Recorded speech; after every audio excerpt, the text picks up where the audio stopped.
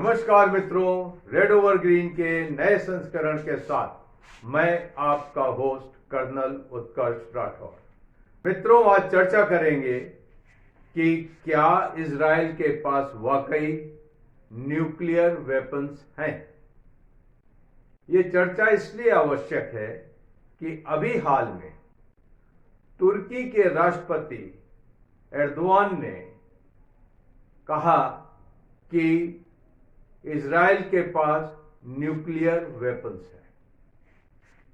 ये विवाद तब शुरू हुआ कि 4 नवंबर को बेंजामिन नेतन्याहू की कैबिनेट के एक मंत्री अमीहाई इलियाहू, जो उनके हेरिटेज मामलों के मंत्री हैं, उन्होंने एक रेडियो इंटरव्यू में कह के सनसनी फैला दी कि गाजा पट्टी पर एक ऑप्शन ये भी है कि न्यूक्लियर बॉम्ब डाल दिया जाए, क्योंकि वहां पर कोई भी इनोसेंट सिविलियन नहीं है।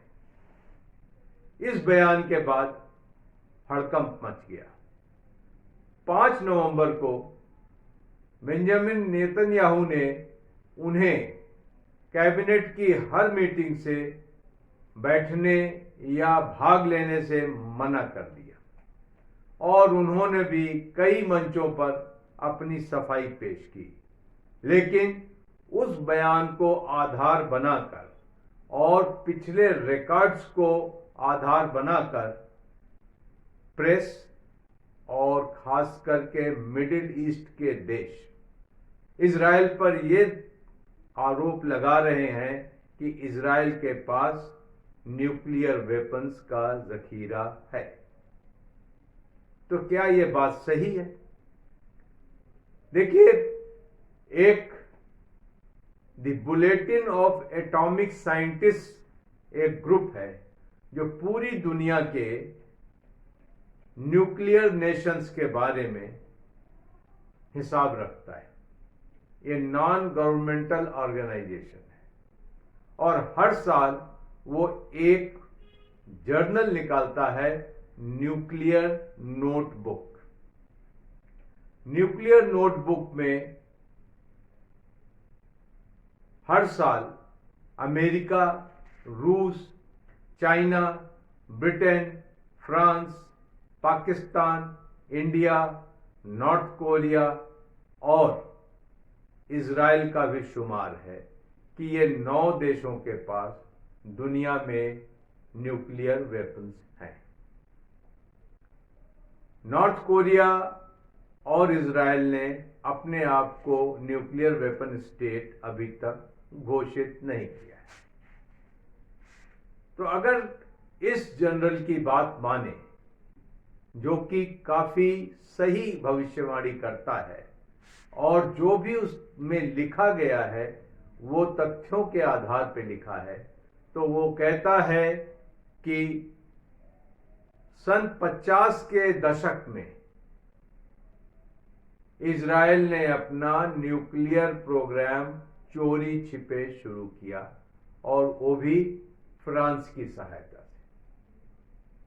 इजराइल न्यूक्लियर प्रोग्राम के बारे में या न्यूक्लियर पोजीशन के बारे में न्यूक्लियर एम्बिग्यूटी की डॉक्ट्रिन को फॉलो करता है।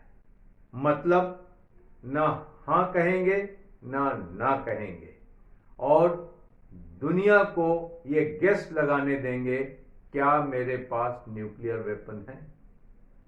तो न्यूक्लियर नोटबुक 2022 में इजराइल के बारे में कहा जाता है कि इजराइल की सबसे बड़ी न्यूक्लियर फैसिलिटी डिमोना में है, नेगेव न्यूक्लियर रिसर्च सेंटर। और ये न्यूक्लियर रिसर्च सेंटर इजराइल का सबसे पुराना है। और इसके अलावा वेस्ट बैंक के पश्चिम में सिडॉट मीचा एयरबेस है, जहां पर न्यूक्लियर वेपन्स की स्टोरेज फैसिलिटी है। इसके अलावा टेल नाफ एयरफील्ड में भी underground nuclear weapon storage facility है। न्यूक्लियर नोटबुक 2022 के हिसाब से अगर देखा जाए तो इजराइल के पास कोई 75 से लेके 90 न्यूक्लियर वॉरहेड है और ये कंटेम्पररी है इन टर्म्स ऑफ सोफिस्टिकेशन। ये कोई क्रूड न्यूक्लियर डिवाइस नहीं है।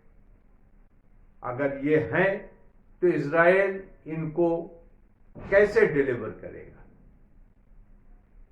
ये नोटबुक में यह भी कहा गया है कि इजराइल ने F-15I, F-16I और F-35 में मॉडिफिकेशन करके इनको न्यूक्लियर कैपेबल बनाया है, हवा से न्यूक्लियर वेपन्स को लॉन्च करने के लिए। जहां तक जमीन से न्यूक्लियर वेपन को लॉन्च करने की बात है, इजराइल के पास कैपेबिलिटी है जेरिको 1 और जेरिको 2 मिसाइल्स की, और ये जेरिको 1 और जेरिको 2 मिसाइल्स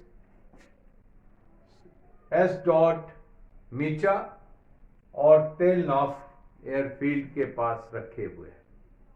टेल नॉफ एयरफील्ड में एयर लॉन्च न्यूक्लियर वेपन्स हैं क्योंकि वो उनकी एयरफील्ड है। तो ये बात रही इजराइल के न्यूक्लियर वेपन प्रोग्राम की। इजराइल के पास न्यूक्लियर वेपन होने की प्रॉब्लम क्या है? इजराइल के पास न्यूक्लियर वेपन होने की सबसे बड़ी प्रॉब्लम यह है कि अगर इजराइल अपने को न्यूक्लियर वेपन स्टेट घोषित कर देता है तो मिडिल ईस्ट में और खास करके मुस्लिम देशों में न्यूक्लियर वेपन प्राप्त करने की होड़ लग जाएगी। आपको पता है ईरान न्यूक्लियर वेपन बनाने की बहुत दिनों से पुरजोर कोशिश में लगा है।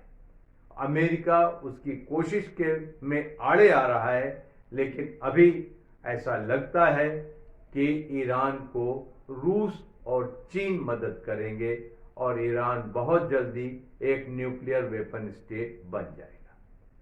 पहले सऊदी अरब को भी न्यूक्लियर वेपन स्टेट बनने की काफी कोशिश की और इसमें उसने पाकिस्तान से मदद मांगी थी। तुर्की जो कि एक न्यूक्लियर वेपन स्टेट नहीं है, लेकिन उसकी जमीन पर अमेरिका के न्यूक्लियर वेपन तैनात हैं, वहां पर तुर्की के राष्ट्रपति की जलन इसी बात से है कि अगर इजराइल के पास न्यूक्लियर वेपन है तो इस क्षेत्र का सामरिक संतुलन बिगड़ जाएगा। आज के लिए सिर्फ इतना ही। बहुत जल्द मुलाकात होगी। जय हिंद।